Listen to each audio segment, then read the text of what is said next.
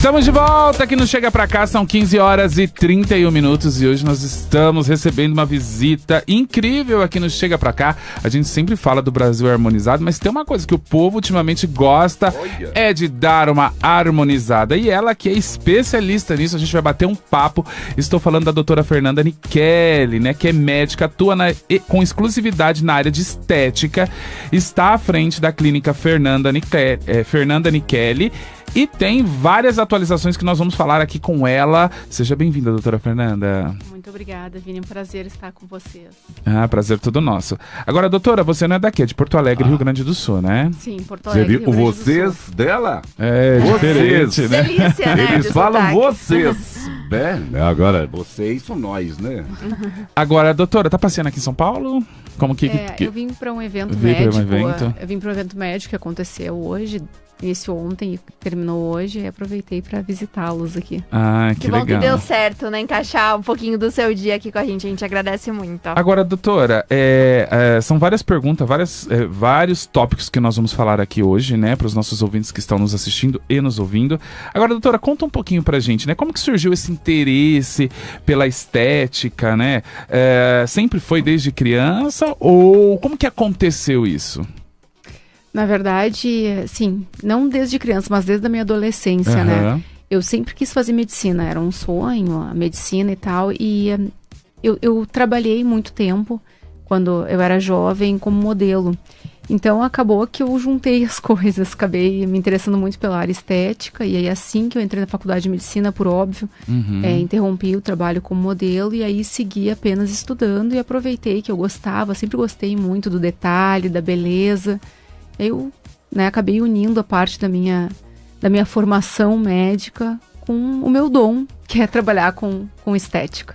Agora, doutora, quando a senhora fala em dom, né? A gente vê que hoje não só tá na moda, mas assim, as pessoas querem, né? Dar aquele jeitinho, querem dar aquela arrumadinha, né? Eu mesmo fiz bariátrica, então eu tive várias ali quedas aqui no rosto, então eu sempre tô ali dando uma retocada no rosto, né? E aí a gente parece que vai gostando do negócio e vai aumentando. Portanto, a gente tem que ter um cuidado, né? Porque tem gente que quer dar aquela exagerada demais. Isso fica a critério do médico em saber os detalhes e orientar o paciente o que é que vai ficar bom, que vai chegar naquilo que ele gostaria, mas de uma forma não tão absurda como a gente vê ultimamente. Exatamente, Vini. Eu acho que aí entra um papel muito importante do médico, do profissional. Porque o que acontece? A gente acaba acostumando com o nosso rosto. Muitas vezes, durante o dia, nós vemos a nossa imagem, seja na tela do celular, seja num espelho, num vidro, e o cérebro acaba fazendo com que acostumemos com o nosso rosto. Então, a gente não está percebendo que a gente está mudando. Né? Quem de nós aqui não tem uma amiga ou um conhecido que diz, nossa, mas como a fulana tá diferente, né? Se transformou. E essa pessoa muitas vezes não vê dessa forma, porque ela acostuma com a imagem dela e começa a achar aquilo normal. Então, nesse momento é importante que se tenha um profissional no qual se confie, para que esse profissional de fato diga, olha, está na hora de parar. Né? Não vamos mais, como cotidianamente no meu consultório eu recebo pacientes que muitas vezes querem mais essa história da moda, da harmonização. E aí tu saberes ter uma relação médico-paciente boa e importante, de credibilidade, para que tu diga pro teu paciente, olha, acho que tá na hora da gente parar, agora não tem necessidade, ao invés de eu te deixar mais belo, mais bonito, mais jovial, que é o que todo mundo busca, na verdade, tu começa a transformar a pessoa, e isso muitas vezes traz um impacto mais negativo, né? Doutora Fernanda, você falando dessas mudanças e às vezes mudanças bruscas, eu lembrei inclusive de um episódio recente da cantora Elba Ramalho também, que apareceu com um rosto bastante diferente e acabou chamando a atenção também de muitos internautas, né? Você saberia dizer quais procedimentos que ela fez ali? Porque a mudança foi bem grande mesmo, né? Tem um pouco de filtro também, será? Então, Lívia, hoje a gente tem um grande problema, que são as redes sociais e os filtros, né? As pessoas, na verdade, muitas vezes nem estão como elas estão numa rede social. A gente olha, eu presencio isso até dos meus próprios pacientes, que eu atendo no dia a dia, eu olho no Instagram e digo, não, mas só um pouquinho, eu vi esse paciente essa semana e não tá assim. Porque o filtro acaba alterando muito, e a gente vê isso muito nos artistas. Então, claro, eu acompanhei, né, o que o que tu estás falando da imagem dela, porque rodou nas redes sociais. É muito difícil, como médico, me posicionar e dizer, olha, ela fez isso que talvez não tenha feito. Mas o que nós sabemos hoje é que existem muitos procedimentos que podem deixar uma mulher de uma faixa etária mais avançada, parecendo mais jovem, mais bela. Isso tem como a gente fazer assim, através de tecnologias, através da injeção facial. Mas assim, poder te dizer o que ela fez é que não fui eu a médica que injetou, então não posso dizer com segurança. E você comentou, né, dessa questão dos filtros, das redes sociais, isso acaba criando também até um ambiente não muito saudável, porque surgem comparações e muitas vezes são apenas filtros, a pessoa não tá assim na vida real. E aí cria a falsa impressão de uma perfeição que não existe, né? Diariamente acontece isso. Então, assim, a pessoa vai lá e se compara com alguém que parece muito bonito na rede social e que, na verdade, ele não existe, né? Então, a pessoa chega e diz, olha, eu quero ficar como fulano, mas nem o fulano tá assim.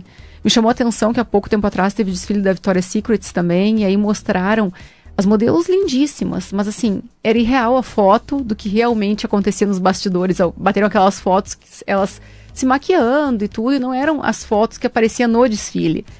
Eram mulheres lindas, continuavam sendo mulheres lindas, mas eram mulheres lindas com poros, algumas com espinhas, algumas com manchas no rosto, comum a qualquer ser humano. Sim. Então, pra gente ver como não dá para idealizar o que a gente de fato vê na rede social. Doutora, a senhora é uma médica dentro do contexto da busca da Afrodite, né? A beleza grega, o belo grego, enfim.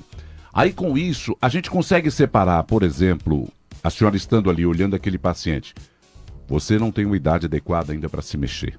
Ou você já tem uma idade demais para eu mexer. Junto a isso, tem que se trabalhar um pouco do psicológico, como o Vini começou a primeira pergunta, falando, olha, não é necessário mexer. Eu vou causar em você uma decepção, porque eu não tenho que mexer. Ou sempre há algo que se possa mexer para procurar essa tal beleza? São coisas diferentes, Laércio. O que acontece, tá? Não existe idade. Não existe um número mágico que agora... Com 15 anos eu mexo? Se for necessário, sim. Eu tenho pacientes com 14 anos que eu precisei intervir, uma menina que tinha sofrido um acidente e ficou com uma alteração estética importante na face e junto, claro, com o consentimento dos pais, por ser menor de idade, eu intervi naquela face pro bem da menina. Ia trazer um prejuízo muito grande, aquela cicatriz inestética da face dela, e nós atuamos ali.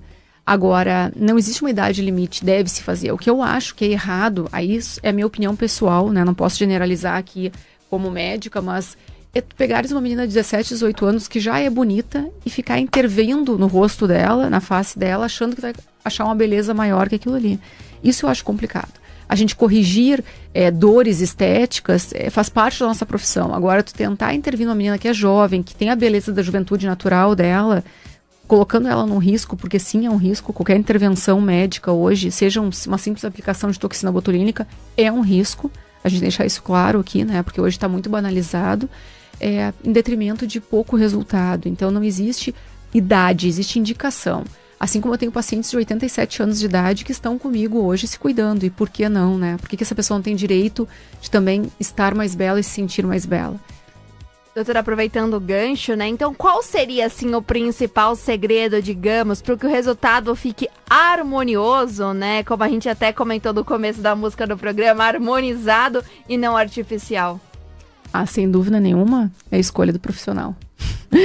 Não querendo puxar para o meu lado, mas assim, na mão dele, nas nossas mãos, está o poder de tu escolher um produto adequado, que isso é importante, seguro, uma técnica bem executada, né? Esse profissional provavelmente vai ser um profissional capacitado, né? Que tem estudo, que tem atualizações, que frequente, enfim, congressos, né? Espera-se isso de um bom médico hoje.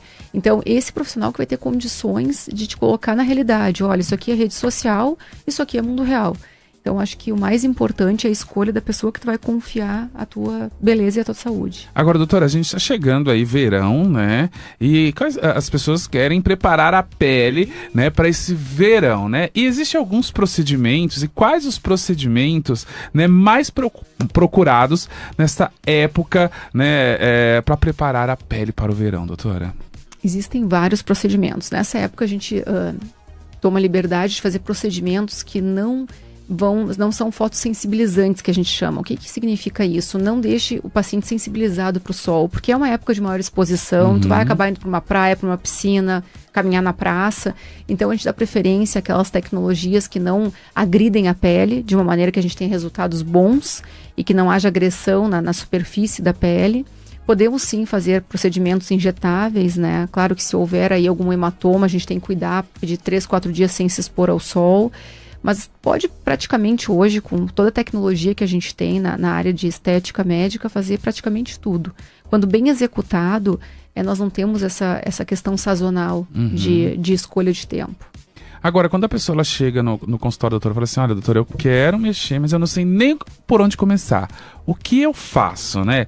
Qual que são os procedimentos e os efeitos rápidos que você recomenda antes do evento, por exemplo, de uma férias, né, de um passeio e até mesmo de uma praia? Esses são os melhores pacientes, na verdade, porque eles nos dão a liberdade de ajudá-los da forma que a gente realmente sabe. Para mim é mais difícil quando o paciente chega e diz, eu quero isso aqui. Quero a boca da Virgínia, eu quero, sabe? Isso é muito mais difícil. A minha médica contou algo, doutora, que eu achei muito... Falei, meu Deus, como pode? A moça colocou o filtro do Instagram nela, ou um filtro de um outro aplicativo, tirou o print e falou, olha, eu quero ficar desse jeito para não precisar mais usar o filtro, né? Isso é bem complicado, né, doutora? É muito complicado, mas existe, né? Existe, inclusive, quem estimula isso. E acaba estimulando um problema psíquico, né? Na verdade, não é nenhum problema estético, é psíquico. Então, existe sim, mas é o que eu digo, daí vai muito da relação de confiança que a gente constrói com os nossos pacientes, né? E hoje em dia, eu costumo dizer que não são os pacientes que nos escolhem, somos nós que escolhemos os nossos pacientes. Então, o teu perfil de paciente, ele é muito parecido contigo, né? Ele se parece muito com o médico. Doutora, você comentou de procedimentos que são importantes, né? Mas, paralelo a isso, também é importante que a pessoa tenha hábitos saudáveis de vida, uma boa alimentação, ingerir uma quantidade adequada de água também, né? Para ser um complemento a esses procedimentos. Com certeza, Lívia, assim, não tem como eu, como médica, falar aqui em beleza e não falar em saúde. E saúde, o que é? É um conjunto de coisas, né? Sono é importante também, né, doutora? Muito. Sono, alimentação, exercício físico, né? Um bom estilo de vida vai corroborar para qualquer resultado de beleza que a gente tenha. Porque se não dormir bem, tu vai ter olheira. É ruim. Se não te alimentar bem, vai ficar acima do peso e com problemas de pele, como celulite, muita coisa, gordura localizada que as pessoas não gostam. Então, uma coisa puxa a outra. E, obviamente, no exercício da medicina que me cabe, a gente sempre fala muito na saúde do paciente. E é importante, sim, o estilo de vida hoje para que o paciente se sinta mais bonito e que tenha uma melhora de maneira geral da sua autoestima. Doutor, agora há pouco a senhora falou, não, a resposta que a senhora me deu em relação aos fatos da própria vida, né? O senhor tem um acidente, tem um trauma, algo correlacionado a nascimento e tal. É esse tipo de cirurgia ou de ato por parte de vocês também é muito procurado? Por quê? Hoje fala-se muito da estética e as pessoas já associam logo com beleza. Só beleza, só beleza, só beleza. Não. Você tem um grande número de pessoas no país que tem, às vezes, uma deformidade de um acidente, algo próprio do nascimento. Também é uma área em que olham muito para isso. Por quê? Correlacionado a isso vem a autoestima, né? Com certeza. Na verdade, existe, inclusive, numa especialidade médica chamada cirurgia plástica, a cirurgia plástica reparadora, que é justamente para isso, para que melhore esses casos, né, de pacientes que têm alguma anomalia. Eu tive uma amiga que teve o lábio leporino. Claro que sim. Fez uma reconstrução. Tá linda. Então, assim, tu imagina o impacto que isso traz na vida do paciente. Desde criança, ou que tu tenha sofrido um acidente, daqui a pouco tu teve a vida inteira um rosto, né, da maneira que adequada, a gente coloca, não seria a palavra mais adequada aqui, mas um rosto que sempre te enxergou daquela maneira e de repente sofre um acidente ou passa por uma doença. E por que a gente não pode usar a medicina para que isso seja revertido, né, de uma maneira, claro, segura? Então é muito isso que eu acho importante a gente... E é pouco falado, se fala muito hoje na beleza como se fosse uma coisa supérflua, quando na verdade não é. E quando a gente encara isso de uma maneira séria e com o compromisso que nós temos com os nossos pacientes, as coisas mudam muito de rumo, né? Não é essa realidade que a gente vê hoje. É uma sociedade com preconceitos, é uma sociedade que rotula. Hoje fala-se muito do bullying. Você imagina uma criança que nasce uma deformidade no nariz, um fator de lábio leporino, um fator de bochecha, enfim. E aí você vê aquele rosto, como a senhora dizia, o espelho e eu e o celular, o espelho e eu. Chega um momento em que pesa numa sociedade que olha, não, prefiro aquela. Faça uma cirurgia plástica, vai e o resultado é extraordinário.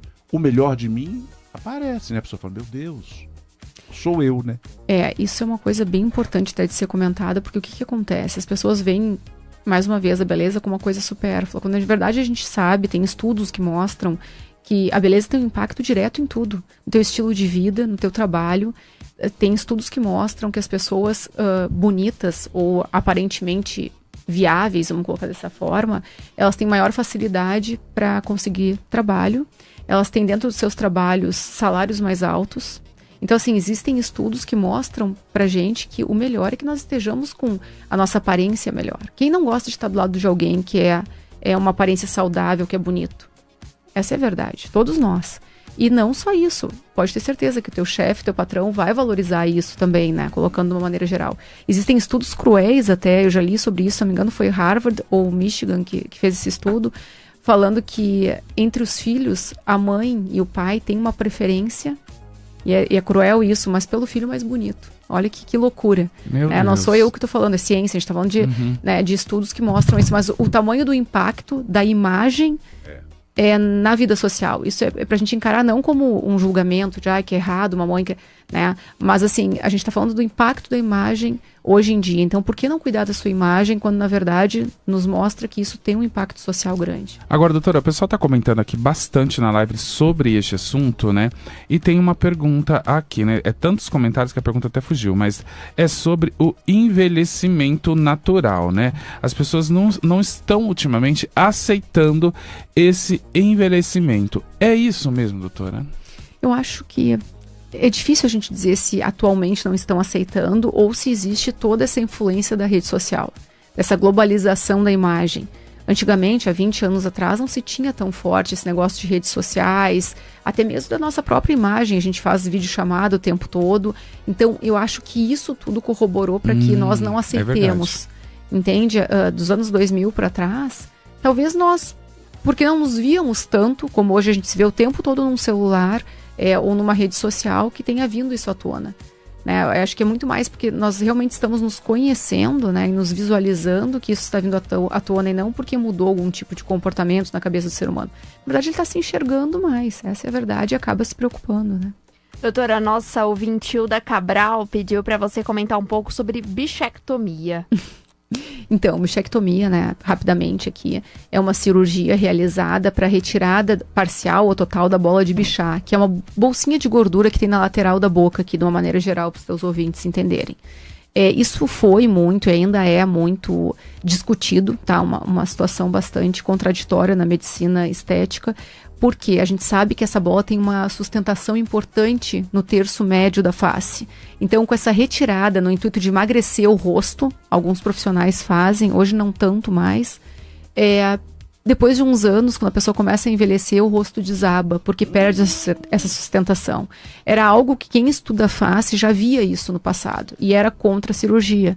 Então, claro que existem casos que é necessário, é um caso que o paciente precisa, porque tem um excesso realmente de tecido ali, mas isso foi usado de uma maneira muito banalizada. E hoje nós estamos vendo que os pacientes nos procuram para repor esse tecido que foi extraído. Repor.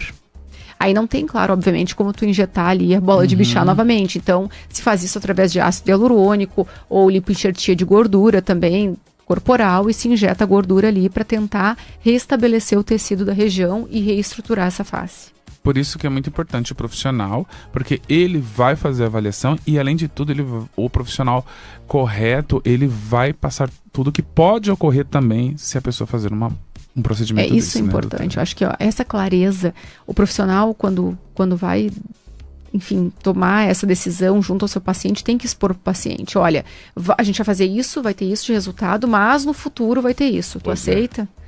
Esse assunto tem que ser muito claro para o paciente entender e aceitar. Mas se eu soubesse, eu não teria feito isso, né?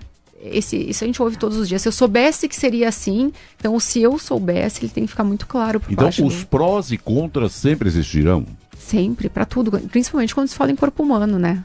Não é matemática, não é 1 mais 1 é 2, no corpo humano não. Talvez o que eu fizer no Laércio aqui, eu posso fazer a mesma coisa no Vini, o Vini vai responder de uma maneira diferente, assim como a Lívia vai responder de uma terceira maneira. E o calendário da história também dita o que vai ser, né? Porque a pessoa envelhece e claro aí que sim, o teu corpo muda, né? A tua imagem muda, então se aquilo ali não mantiver uma linha de envelhecimento junto com o esperado, vai ficar estranho. Agora, doutora, é muito importante o profissional estar preparado para intercorrências que pode acontecer com esse paciente?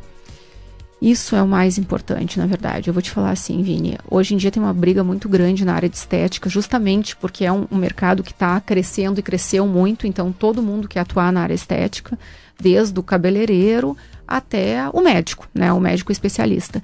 Então isso acontece muito e aí as pessoas me dizem, tá, mas qual é a tua opinião, né? Quem que tu acha que tem que fazer o procedimento? E isenta de briga de mercado, né? Eu não entro nessa briga de profissões, mas eu sempre digo para o paciente, a minha resposta é muito clara. Tu tem que procurar o profissional que tu procuraria caso complique para fazer o procedimento.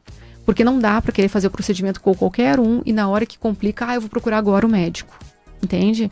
Porque não funciona dessa forma.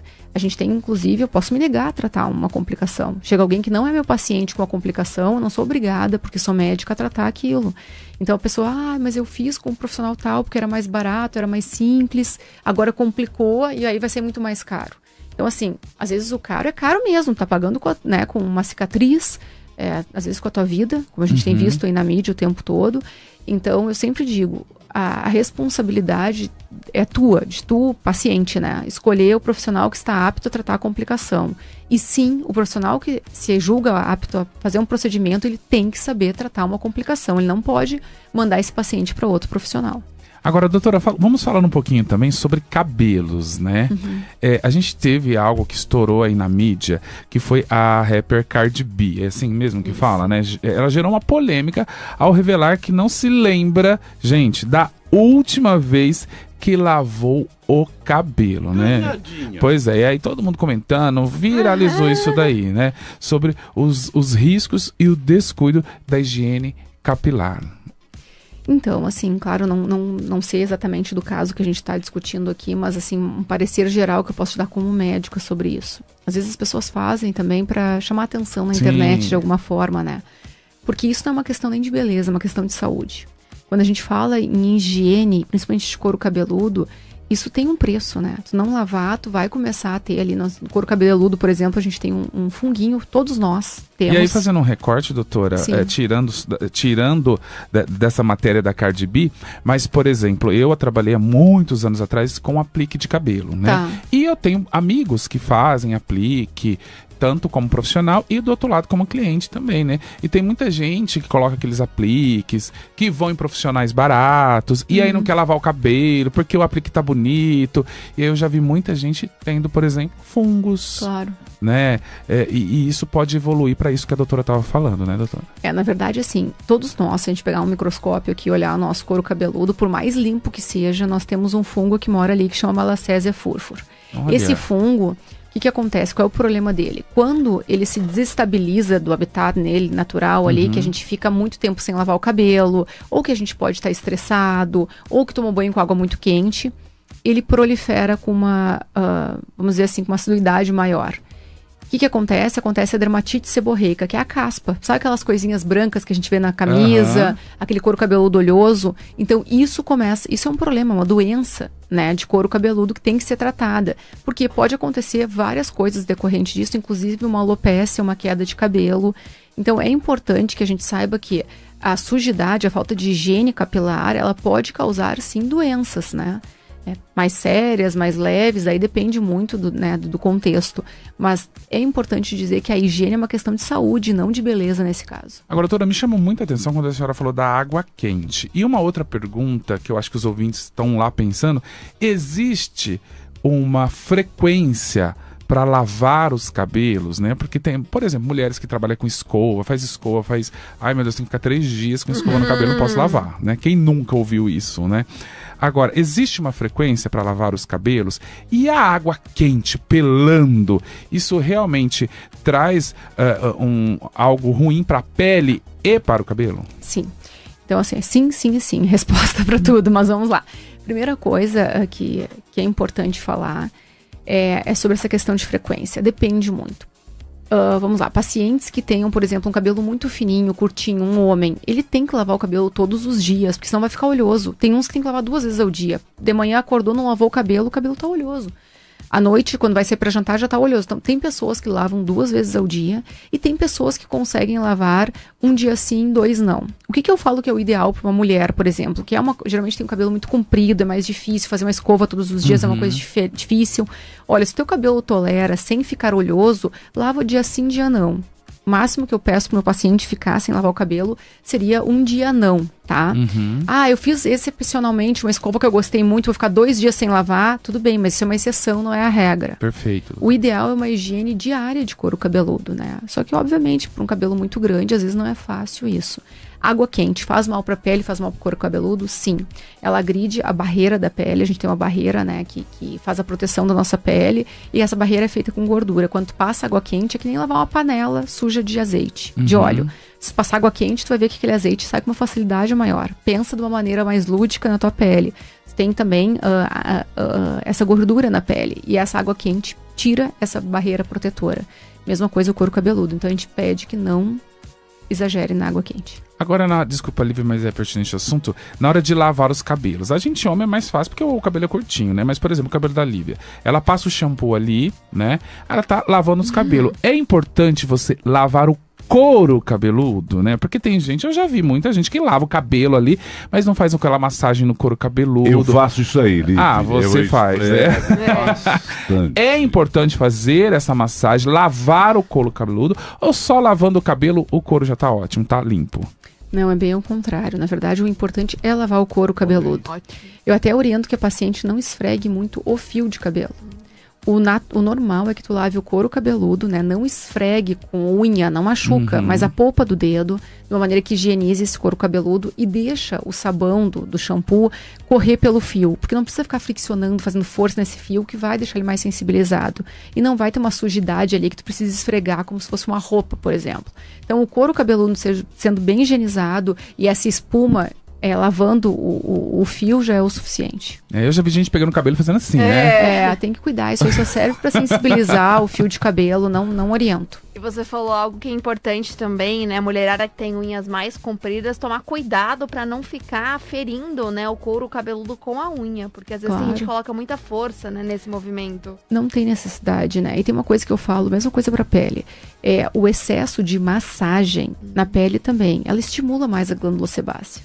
Pensa que tu tá ali massageando, estimulando uma glândula sebácea. Algumas horas depois ela vai produzir mais sebo. Então essa fricção ela tem que ser o suficiente para tirar aquela sujidade superficial e ponto. Não adianta esfregar com uma unha que tu não vai entrar lá dentro da glândula e vai tirar o sebo de lá.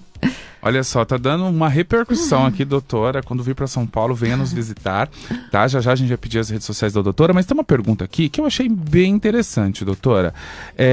A Hilda Cabral diz assim, olha, podemos acreditar nesses cremes que a gente vê por aí, que fazem aquela apelação, né, que diz que a composição tem ácido hialurônico? Assim, a indústria cosmética avançou muito, tá? A gente tem bastante tecnologia, tem ciência por trás dos cremes hoje, então a gente tem muita coisa boa no mercado. Sem conflito de interesses nenhum, eu tô falando aqui, tô falando por ciência mesmo. A grande realidade é alinhar as expectativas. Perfeito. Né? Não pode achar que tu vai estar com uma ruga, não fez tratamento nenhum e que um creme vai fazer o efeito de uma cirurgia plástica. Isso não existe. Agora que os cremes hoje bons, seja com ácido hialurônico, com ácido retinóico, eles são adjuvantes muito importantes, são. Porque hoje a gente usa tecnologia, a gente faz... Então, assim, o creme, a rotina diária da casa vai ajudar. Não adianta ir no teu médico a cada 3, 4 meses e achar que está resolvido. A manutenção disso é responsabilidade do paciente em casa com bons cremes. Ajuda, não faz milagre, mas ajuda. Perfeito, tá aí, gente. Doutora Fernanda respondendo. Agora, doutora, e se eu faço natação todos os dias, né? Alguém perguntou aqui. Eu faço natação todos os dias. E aí, eu posso lavar o cabelo? Na verdade, deve, né? Porque a gente sabe que as toucas de natação, mesmo que sejam de silicone, não conseguem proteger 100%. Muitas vezes as piscinas são à base de cloro, hoje já tem o ozônio também, mas de qualquer forma tem produtos químicos ali que são higienizantes da água e que vai acabar acumulando no cabelo. Então, sempre que nadar, o preconizado é que sim se higienize esse couro cabeludo. Perfeito, gente. Viu? Doutora, Eu vou lhe dizer que eu incrível. lavo 2 vezes o cabelo? Doutora, a ouvinte Marli Gomes pediu para a senhora comentar também sobre o tipo de pH do shampoo, se isso interfere em alguma coisa. Interfere, tá? E assim, só que tem que ter muito cuidado, porque o que acontece? O pH mais ácido, quanto mais ácido ele é, teoricamente ele seria mais agressivo, mais secativo. Então tem que ter muito cuidado, aquele cabelo que já é sensibilizado por química, faz mechas, enfim, essas escovas. Quando tu sensibiliza muito, pegando um pH muito, né, muito ácido, então isso pode ser pior para o couro cabeludo. Então o ideal, assim, é muitas vezes pegar essa orientação de shampoo com o cabeleireiro que está acostumado a fazer as tuas mechas, a tua química. Porque daí ele vai te dar um pH mais alcalino se necessário, ou um neutro. Na dúvida, usa o neutro, né? Mas assim, às vezes um outro pH pode ser um pouco mais hidratante, daí depende de cada cabelo mesmo. Doutora Fernanda, muito obrigado. Foi uma honra tê-la aqui, né, no Chega Pra Cá. E como que faz para as pessoas poderem entrar em contato com a doutora, as redes sociais? Eu vou deixar então meu Instagram, Por que é a favor. maneira mais fácil de me contatar. Sempre que é possível, a gente entra ali e interage com vocês. O Instagram é @DRA, que é a abreviatura de doutora, Fernanda Nichelle, N de navio, I, CHELLE. Vai ser o maior prazer lá, estar com os ouvintes de vocês lá. Doutora, então sempre que puder, dar uma passadinha aqui na Rádio Com Capital. certeza. Os nossos ouvintes amaram. Foi um prazer receber a doutora Fernanda Nichelle. Muito É um obrigado, prazer doutora. ter estado com vocês. Obrigada. E a gente vai para o intervalo e a gente volta já já.